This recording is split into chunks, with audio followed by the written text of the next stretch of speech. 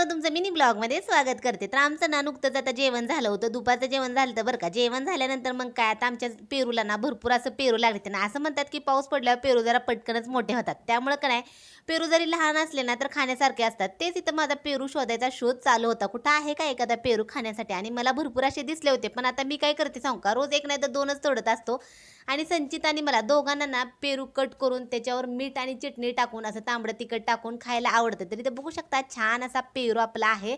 तर या पेरूला तर तोडलाय म्हणल्यावर काय ताजा ताजा पटकन खायचा आणि संपवायचा. तर इथं संचितचा आमचे चालू होता खेळ. तर झाडाची पानं अशी सगळी तोडली होती आणि खेळत बसले होते.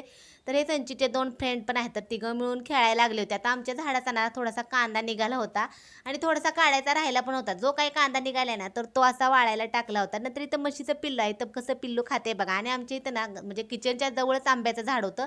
तर ते साईडला काढून इथे लावलं होतं. चला आजचा मिनी ब्लॉग तुम्हाला कसा वाटला नक्की सांगा. बाय.